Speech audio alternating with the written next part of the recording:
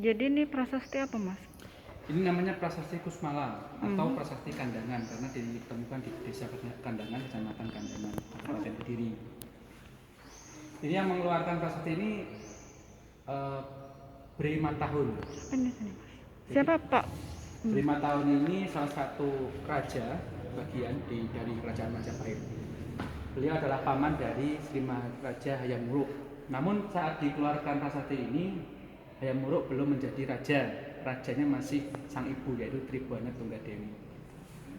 Ini prasasti diterbitkan pada tahun 1272 Saka. Kalau di Masehi kan 1350 Masehi. Menariknya ini ya salah satu daya cipta masyarakat Jawa kuno ya. Bagaimana di tahun sekian itu sudah mereka ya lingkungan. Kita tahu di sana ada kali lahar yang besar, kali Konto sama kali Pahit yang terkenal dengan raftingnya itu. Itu kan kali lahar dan dulu kan masih belum ya dikendalikan seperti sekarang ya, ada dam, ada cek dam.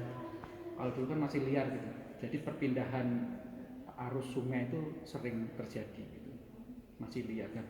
Mereka di masyarakat Jawa kuno itu ternyata sudah bisa menaklukkan lingkungan, mereka yasa untuk kebutuhan hidup mereka. Tidak, jadi kalau masyarakat Jawa kuno itu teknologi yang yang kita warisi sampai sekarang masih kita bisa lihat itu arum. Itu instalasi keairan berupa terowongan bawah tanah. Di Kediri banyak. Yang sudah jadi tempat wisata ada 2. Gua Surowono itu arum buatan masyarakat zaman kerajaan dulu. Sama Berumbung belum dibuka deh, tapi masih dibersihkan. Keling ya, Keling Kepung itu sudah jadikan tempat wisata. Oh, Kepung. Ya. Jadi itu salah satu teknologi masyarakat bagaimana mereka merowong bawah tanah berapa meter gitu, kemudian mereka harus tahu yang namanya struktur tanah. Kalau struktur tanah berpasir harus ditambahi bata, kalau padas ya langsung jadi bentuk. Nanti kalau ketemu batu bagaimana cara melewati batu itu ada. Kemudian bagaimana dari di kedalaman itu kan orang pasti butuh cahaya. Cahaya masa lalu kan belum ada senternya. Ublik mengandung CO.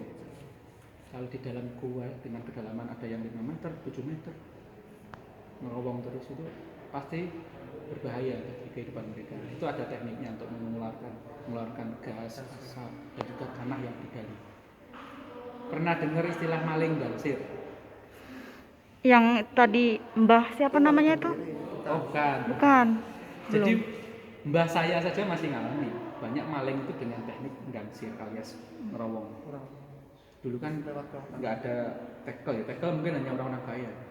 Orang-orang kaya yang di desa itu biasanya masih tanah.